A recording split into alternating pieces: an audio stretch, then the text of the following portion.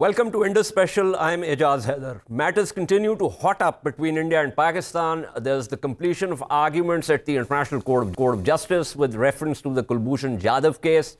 An Indian minister spoke about diverting the waters of the three eastern rivers, prompting uninformed analysis in Pakistan with reference to India stopping Pakistan's waters, which it cannot under the Indus Waters Treaty. The fact is different, as mentioned by the official statement from Pakistan's Secretary for Water Resources. Meanwhile, unconfirmed WhatsApp messaging has begun talking about Indian Air Force trying to cross over and Pakistan Air Force flying combat air patrols over many cities. None of this is true and much of it is irresponsible. While the Pakistani military, as per the decisions taken at the National Security Council huddle yesterday, is fully cognizant of the situation and prepared, the rumors of a putative hot war around the corner are just that, rumors. There's also the situation in Afghanistan and the talks with the Taliban. Would the US and its allies allow a conflagration which puts extreme stress on their interests in the region? To discuss these issues, we have with us Ali Sultan, who is an expert in international law, also teaches at the Lahore University of Management Sciences and has been seized of the proceedings at The Hague at the International Court of Justice. We also have with us Ambassador Shafaqat kakakhel, a former career Foreign Service officer with a very long career essentially dedicated to environmental diplomacy. He is currently also the chairman board of Sustainable Development Policy Institute. Let me quickly begin with Ali Sultan. Ali, two questions here. One with reference to what has happened at the ICJ. What are we looking at really? And secondly, with reference to the Indus Waters Treaty and what the Indian minister said and how we responded to that without, I'm afraid, really having read the treaty with reference to the eastern rivers. Thank you for having me, first of all, Ejaz. Firstly, with reference to the proceedings at the ICJ, the oral hearings case, the oral hearings phase just concluded, as you pointed out. And my opinion is that the Pakistani side, through our counsel, made some excellent legal points at the hearing, whereas India's case is standing on flimsy grounds, especially when you consider that India is trying to ask the ICJ to start acting like a court of human rights, start acting like a court of criminal appeal. Now, these are things that are way beyond the jurisdiction and competence and functions of the International Court of Justice, which is there to just settle disputes between states, whereas India wants the ICJ to pronounce on individual rights of Kulbhushan Jadhav, which clearly is not within the competence of the ICJ, and the majority of their case was based on building this argument further and asking the ICJ to really be innovative and mold a new remedy, a remedy that ICJ has never ever molded before. So it's a long shot. It's a real long shot what the Indian councils are asking the ICJ to do in this case. Whereas the Pakistani case was based on solid grounds.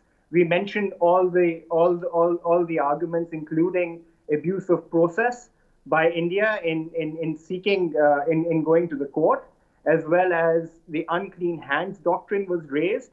In addition to that, the applicability of the 2008 agreement was raised, and also relevant prior cases from the ICJ, including Legrand and Owaina, were raised to establish that Pakistan should not be treated any differently from the United States in these cases. And I think our counsel did a very good job of explaining to the court why the Owaina and Legrand cases should govern the present proceedings as well. And the Indian lawyers really did not have any legal rebuttals to that point. So Ali, just quickly, tell me, are you saying that what the Indians have tried to do at the ICJ is to go beyond the original prayer, which was related to just simple consular access? Oh, absolutely. Now, the right of consular access belongs to the state of India, and that's the extent to which the International Court of Justice can pronounce on it. Now, the International Court of Justice is not there to pronounce on individual human rights, due process rights, for instance, which were raised by India. They raised a lot of irrelevant decisions and judgments from human rights courts, which really have no bearing on the present proceedings, because this is not a human rights tribunal dishing out individual rights, when it really is just an international tribunal to settle disputes between states. So India has gone way beyond what the ICJ is competent under its statute, as well as the United Nations Charter. Whereas our case was based on a solid understanding and explanation of the law related to consular access. We tried to establish that there was customary international law around this point, that consular access could be withheld in cases of espionage. As we mentioned, there is studied ambiguity on that point, and we backed that up with references to Hirsch Lauterbach as well as Sir Fritz Morris, authorities in international law, which I think will make a favorable impression vis-a-vis the court. India, on the other hand, really its case is as our counsel pointed out, its case is based on thin lies, and he used the analogy of Humpty Dumpty, which I think was very appropriate as well under the circumstances. But Ejaz, let me point out the irony here. India honestly has gone to the ICJ trying to act as this high priest of human rights in the world, and asking the ICJ to fashion this remedy on human rights terms. The irony of this should not be lost to anybody, considering the present incarnation of India, of Moody's India, where human rights are trampled upon, minorities are being squeezed, and we all know that Kashmiris, their human rights have been serially abused by the Indian state, and that has been recognized by the United Nations High Commissioner for Human Rights, and also recently by the European parliamentarians. As you know, that India has a rider with reference to the jurisdiction of the ICJ, and one of such riders actually says that the ICJ cannot adjudicate between India and another Commonwealth country. Now, of course, their original prayer was grounded in the Vienna Convention on Consular Relations, the VCCR. But if they were to expand the ambit of what they are praying before the court, would that rider then not kick in terms of the jurisdiction of the ICJ? Well, the jurisdictional question, Ejaz, is really not a dispute in this case, because the mechanism that they're using here is the compromissory clause mechanism, and not the optional declaration system that you're referring to, which is where that rider becomes relevant. But nevertheless, the very fact that India is trying to extend a consular relations, a consular access case to International Covenant on Civil and Political Rights and Human Rights, and so on and so forth, is absolutely fanciful, to say the least, and something that the court cannot and should not entertain, because, like I said, the International Court of Justice is there to settle disputes between states, and it's not been composed. Neither does it have the functions to act like a court of human rights, which is what India is asking it to do. That's a point. Yeah, that's a point you have. That's a point you have already raised. That's a point you have already raised. But could it be that India is actually looking to and praying as it is in front of the ICJ, that it's looking for some kind of precedent? Absolutely, it is asking the ICJ to go in a new direction, a direction that it has not gone before this case, and I think it would really be a stretch for the ICJ to go in that direction, because it is not within their mandate or competence to go where India. But here's the thing. Here's the thing. What are our options in the event, howsoever slim that might be, if the ICJ did go in that direction? Well, honestly, that would really be that would not be a decision based on any legal precedent or any sound legal principles. And if that happens, then Pakistan, just like the United States has made this case so many times before, Pakistan should then just consider this as a political decision, a political judgment, and then act accordingly to preserve and safeguard its own national security interests. I perfectly understand what you're saying, and I completely agree with you also. But here's the thing: in the event that such a political decision is taken, India would obviously, wave it in front of everyone. The world and Charlies aren't saying, "Well, we have scored a victory on Pakistan." Yes, but you need to realize that the ICJ has not been beyond criticism. There have been several law review articles. There have been, where the ICJ has been subjected to criticism. Most recently by U.S. President Donald Trump himself and his national security advisor John Bolton, who clearly called it a political forum rather than a legal tribunal. So we have, so there's a lot of academic debate around this point, which we can then turn to. Okay. Now, let's get to the Indus Waters Treaty. I mean, the Indian minister made a statement about the eastern rivers, and suddenly we had a lot of, as I said, uninformed analysis, on national channels talking about, oh, India is doing something which is not supposed to do under the Indus Waters Treaty. Of course, that record has been set right by, as I said, the Secretary for the Water Resources.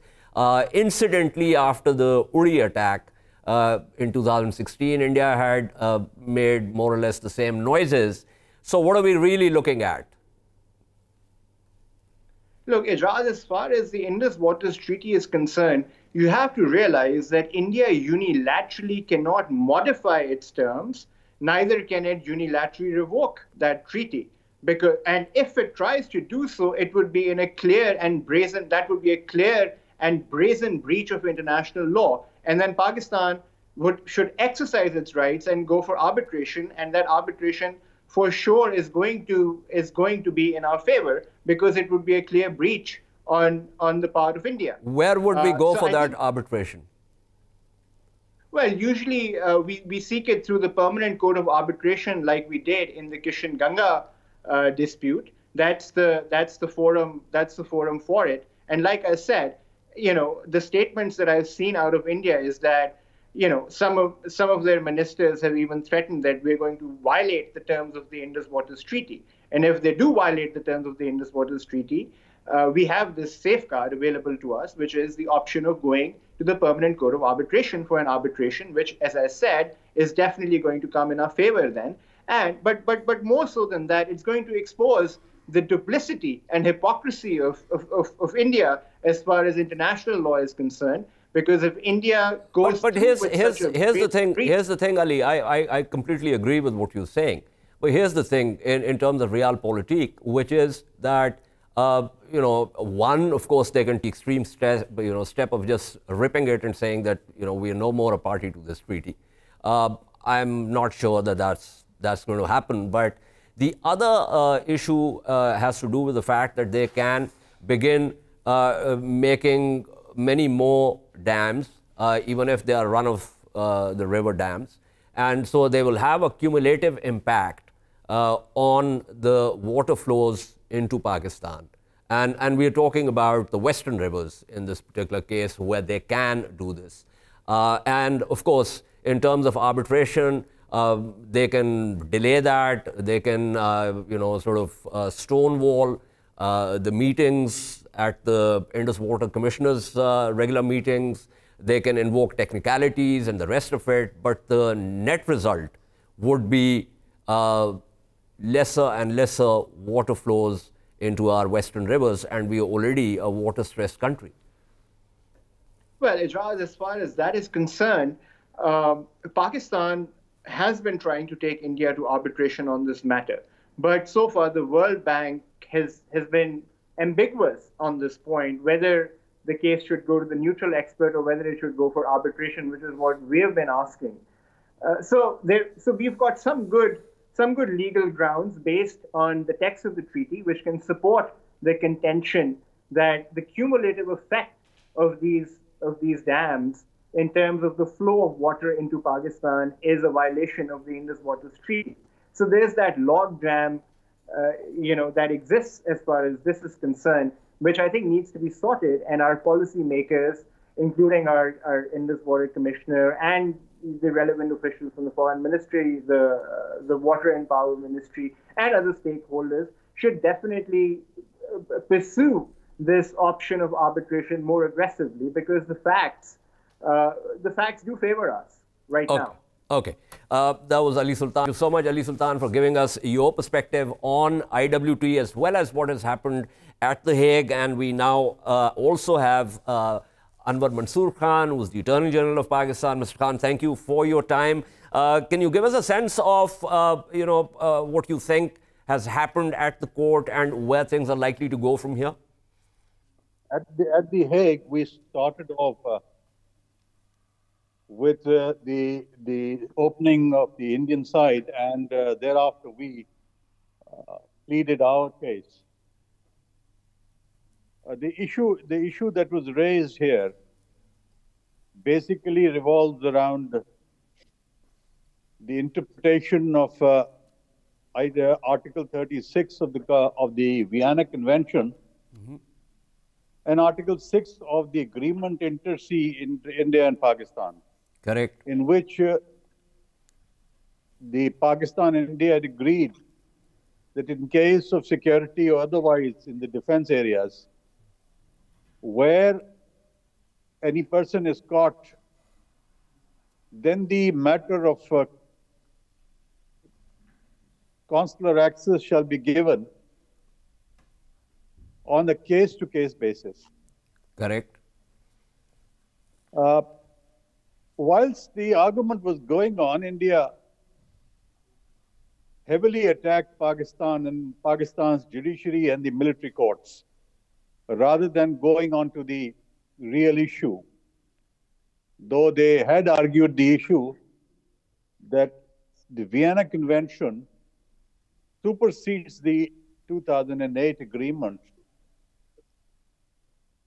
And what they said basically, despite the fact that India had negotiated the agreement with Pakistan and that they had drafted this agreement themselves, it took about 2 years to negotiate this agreement, they would believe and interpret this agreement as being subsidiary to the Vienna Convention, and that the Vienna Convention clause, Article 36, will override Article 6.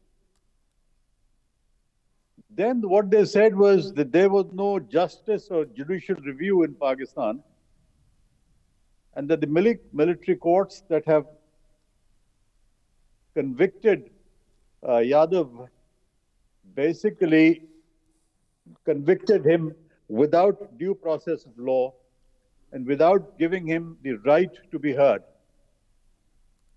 And therefore, Yadav should be released and sent home. Correct. And the order passed by the military court should be annulled. But in the alternate, they've also argued that in case this is not so, then there should be a review and reconsideration by a civil court. And that because it is there, therefore, what they said was that the military courts should be shunned. Okay, so Mr. Khan, what you're saying, and I want this clarification from you, that the original prayer that India took to the ICJ had just one aspect, and that was consular access. And of course, the dispute was whether the bilateral agreement takes precedence or whether the VCCR takes precedence. Now, what you were telling us, it seems to me that India is actually expanding the ambit of its original prayer and now is throwing everything and the kitchen sink into this. Do you think the ICJ has the jurisdiction to look at these issues also? let me tell you that the issue that you have taken up is that that was the only prayer. That was the crucial prayer, but an additional prayer was also added in earlier, and it was that this court be declared that the judgment of the military court is void, and there should be a review and reconsideration of this. So it was there earlier also, but the emphasis was always on the interpretation of Article 36 of the Vienna Convention and Article 6 of the 2008 agreement. Correct. So, but let me go ahead. Our case was very simple, that once India had entered into an agreement in 2008, it was an extension of the Vienna Convention and Article 36. That Article 36 does not categorically state which citizens shall have the right to be given the consular access. We have now defined in the 2008 agreement that consular access to all the citizens will be given according to the Vienna Convention, with the exception of those people who threaten the integrity and security of Pakistan, and therefore consular access can be refused in specific cases. This is what our argument. Second argument of ours was that we have a very, very strong judicial review and reconsideration system, and that the Peshawar High Court has annulled a decision of the military court in the judicial review and reconsideration process.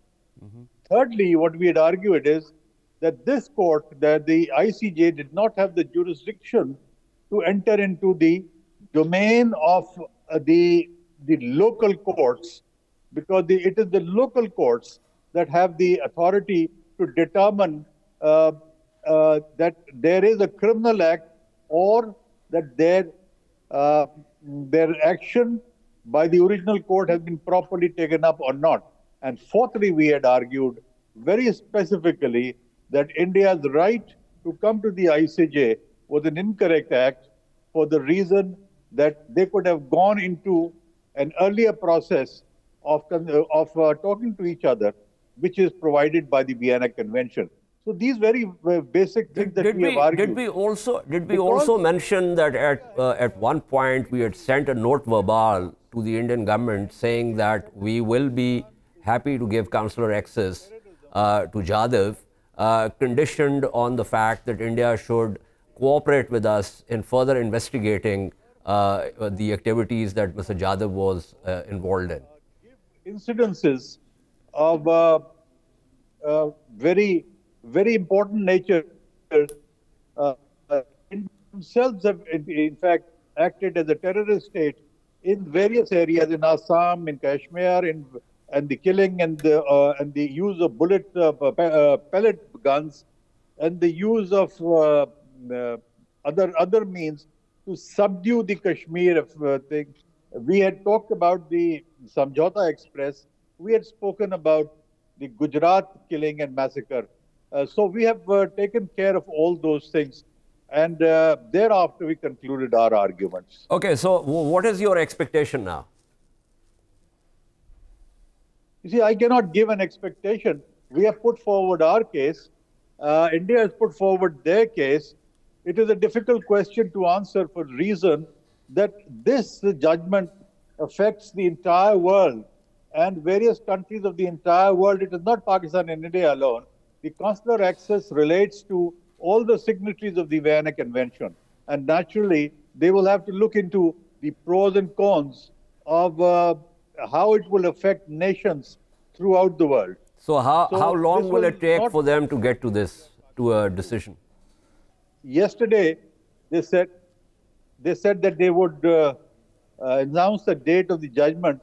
They have not yet announced the date of the judgment, but I don't think it will be there anywhere before June. Before June, okay. That was Anwar Mansoor Khan, the General of Pakistan, talking to us and giving us a perspective on what has happened at the ICJ.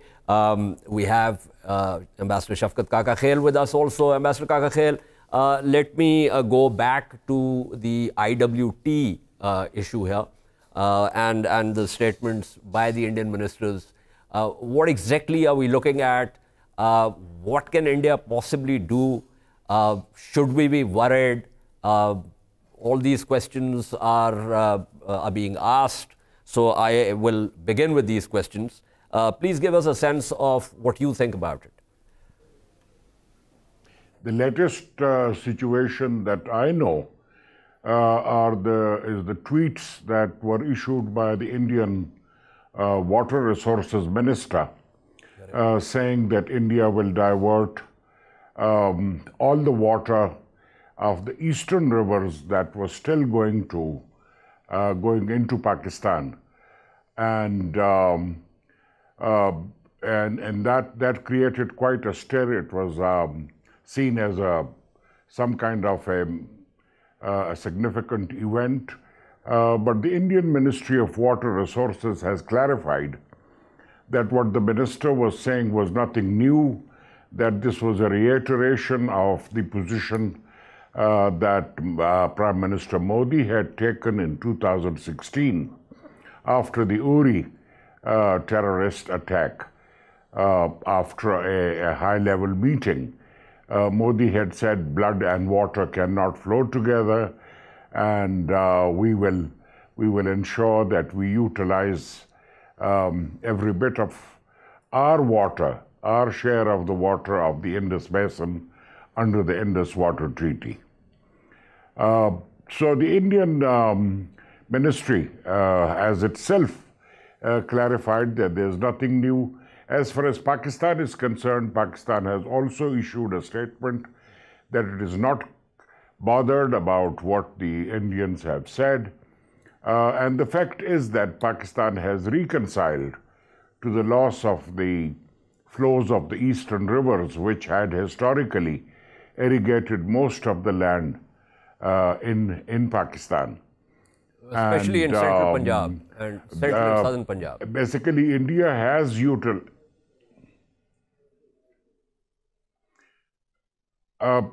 The statement, our ministry statement was issued yesterday, and so were the Indian tweets. The fact is that India has, according to its own statements, utilized 96 to 97% of the waters of the eastern rivers.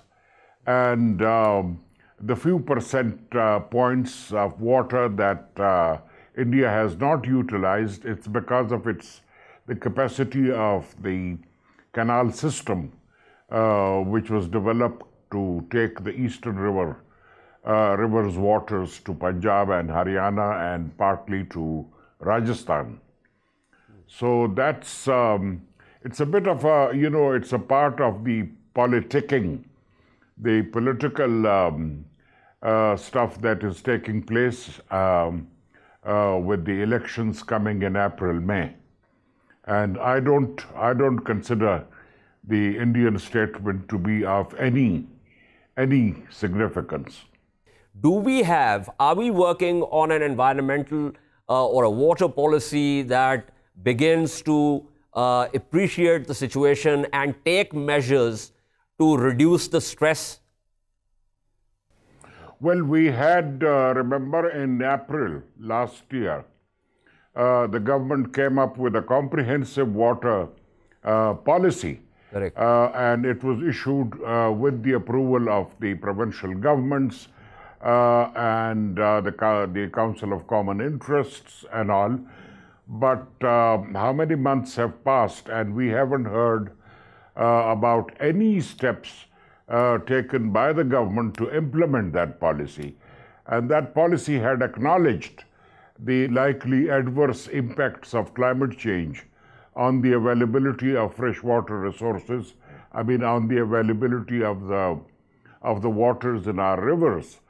So we have a perfectly fine policy. The World Bank report, which was issued recently, acknowledges that the Pakistan government policy does provide a framework for remedial measures, but the implementation of the policy has been virtually non-existent.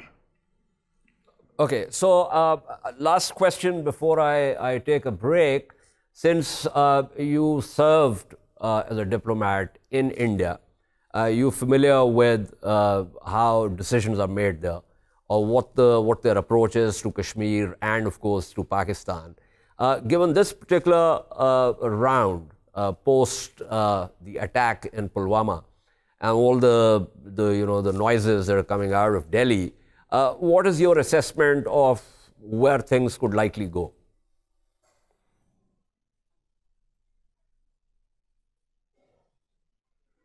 Well, my assessment is that you're going to have more of the same until after the elections.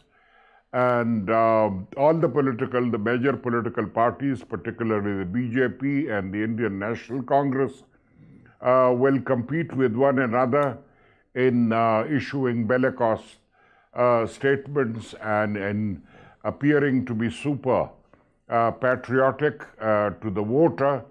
And that's a platform that gets you a lot of votes, unlike Pakistan, where policy towards India is not a major factor for our voters. So we have to be ready for this kind of tension. At the same time, of course, as the National Security Council has decided, we have to be ready to defend ourselves, and the decision of the Council and the Prime Minister is that if India takes any step that is against our territorial integrity, Pakistan will retaliate. So you're going to have tension. I don't think there can be any dialogue in this atmosphere unless the United Nations or somebody intervenes to bring about a thaw in this stalemate. You're going to have more of the same for the next 3 months or so. Okay. Thank you so much. That was Ambassador Shafaqat talking to us about the Indus Waters Treaty, the environmental impact on water flows, and of course, he was absolutely right about the policy, the water policy that was put together by a number of experts last year in April.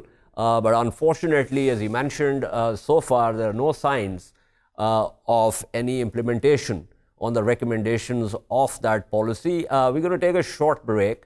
And as I mentioned, at the other end of the break, we're going to discuss the situation in Afghanistan and talks with the Taliban. And of course, the question about whether the US and its allies would allow a conflagration between India and Pakistan, which could put extreme stress on their interests in the region. But stay with us. We'll discuss that post-break.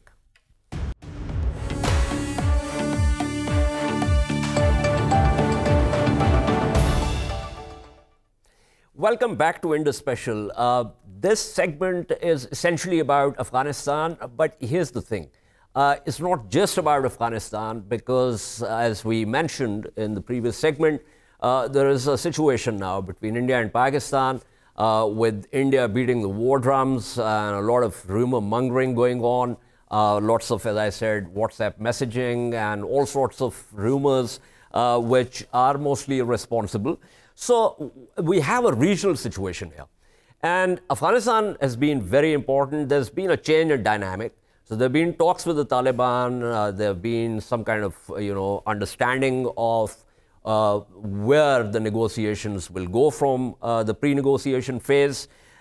We also have the fact that in the interim, the Afghan government is, of course, planning military operations also. The Taliban are also still involved in military activities. The Afghan government thinks that, at least as many as 21 districts that have fallen to the Taliban in recent months need to be liberated. The US is also talking about trimming about 1,000 troops from Afghanistan and the U.S. Army General Joseph Votel, who's head of the U.S. military's Central Command, said that the decision to reduce some of the roughly 14,000 American forces in Afghanistan is not linked to peace efforts. So the big question is, what if there is further tension between India and Pakistan? How is that going to impact on what's happening in Afghanistan, where the U.S. interest now is to somehow try and get some kind of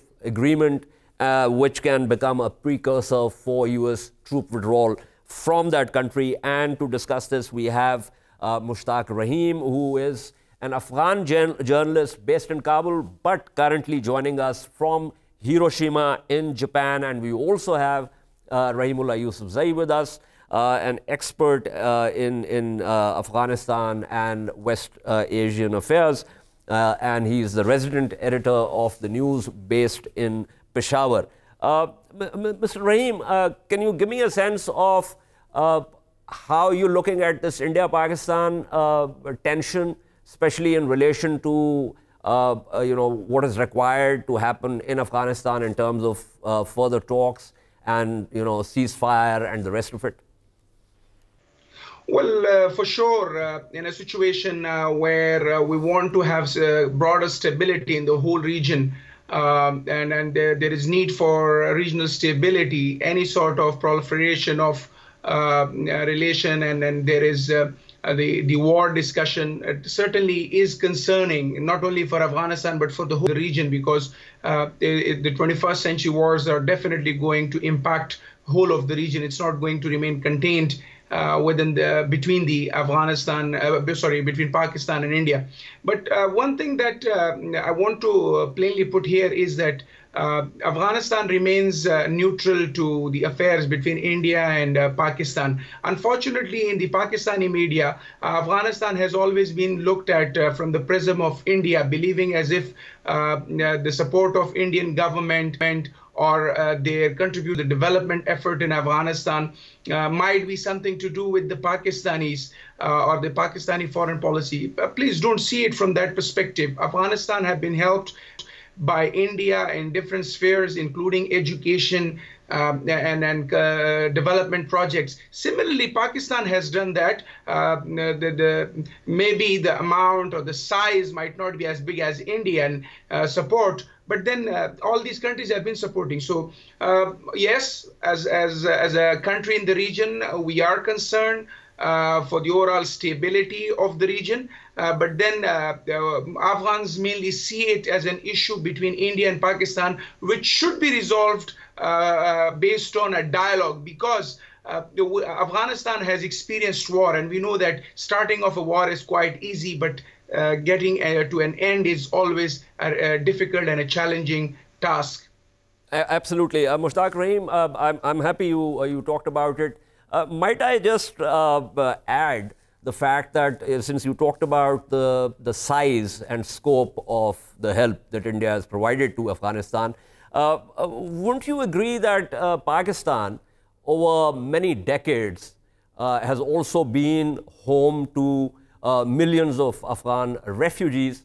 And unlike Iran, for instance, these refugees were allowed to travel, to do work, to run businesses and the rest of it. So I think if we start talking about the size and scope of help, I think there's no other country in the world other than Pakistan that has extended that kind of courtesy to our Afghan brethren. And I hope that you would agree with me on that. As far as the media is concerned, as you know, being a journalist yourself, that a number of Afghan news outlets are not particularly laudatory of Pakistan in either their news reporting or their analyses. But I'm very happy to note that Afghanistan would stay neutral in any kind of conflict between India and Pakistan, and Kabul thinks that issues should be resolved through dialogue. Let me just go to Rahimullah Yousafzai on this. Rahimullah Yousafzai, what can be the likely impact? I mean, if things continue to go south between India and Pakistan, do you think this is going to be, it'll impact Afghanistan and, of course, talks between Kabul and the Taliban?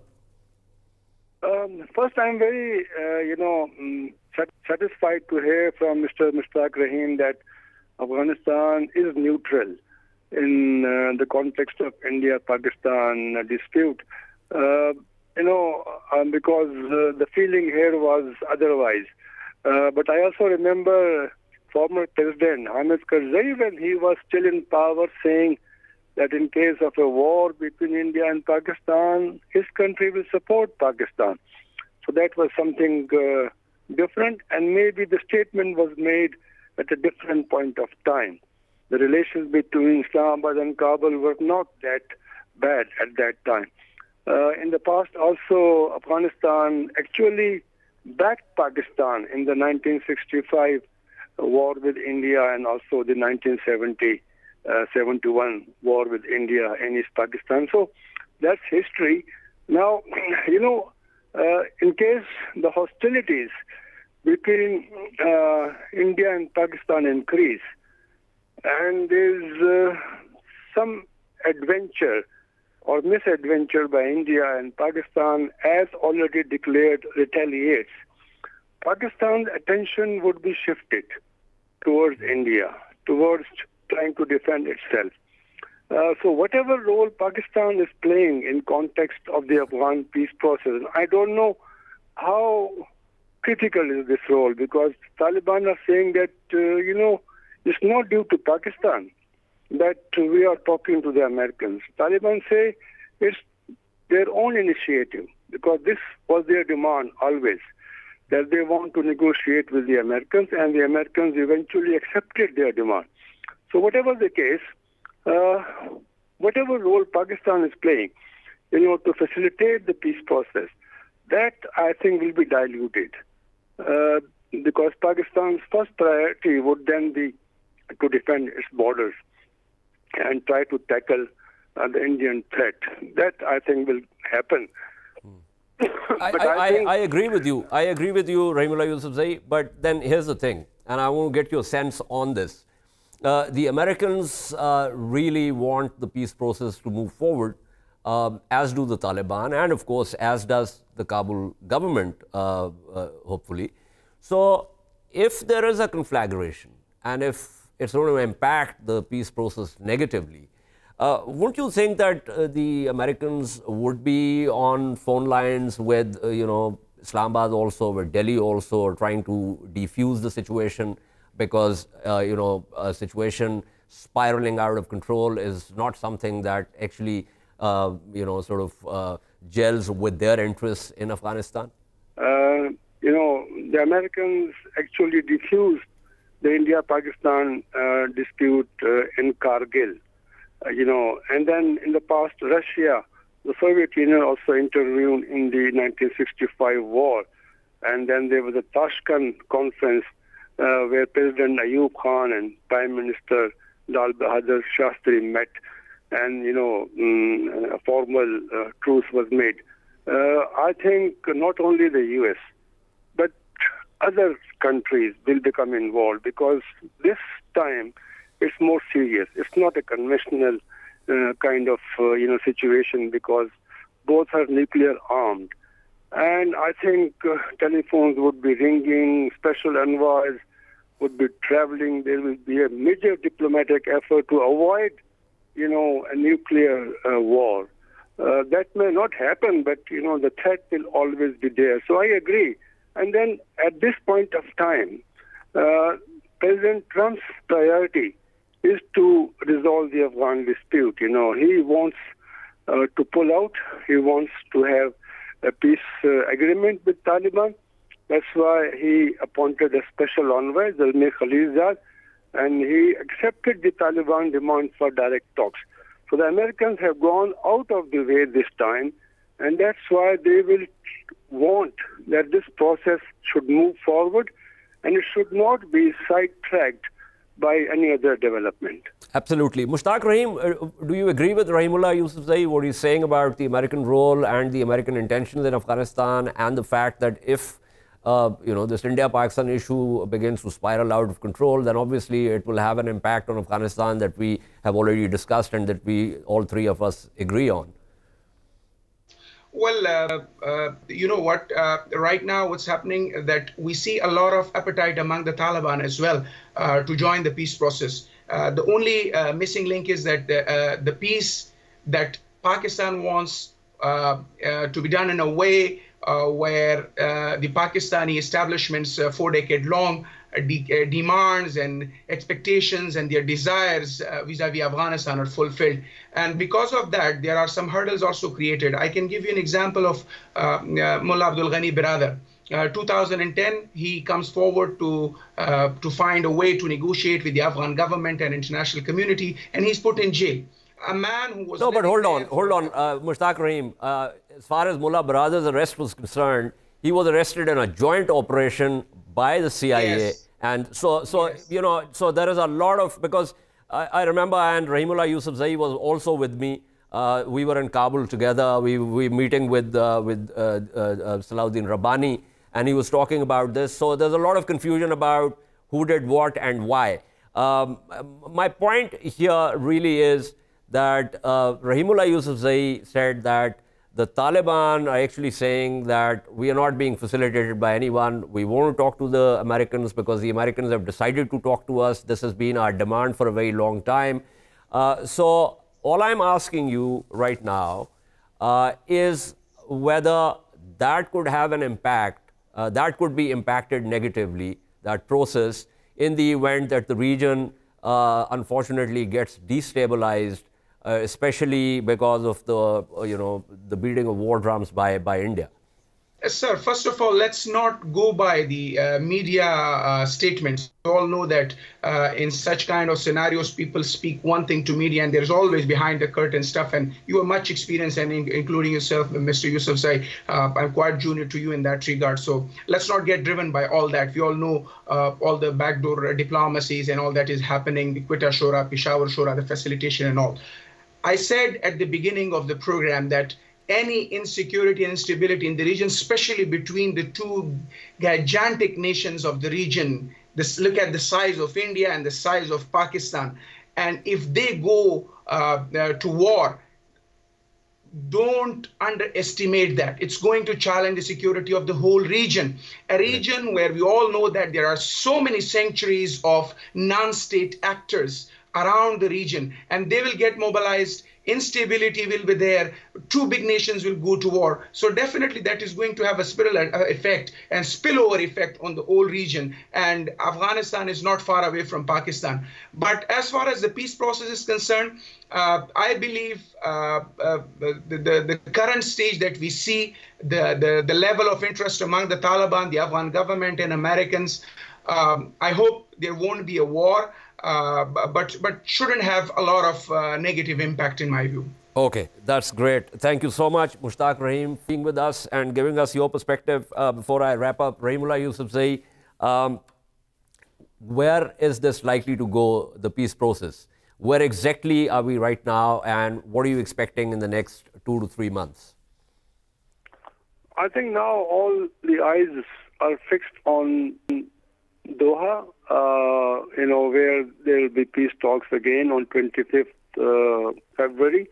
This was already agreed in January when the two sides met for 6 long days and reported some progress. I think they will try to now build upon that draft, framework which they have agreed.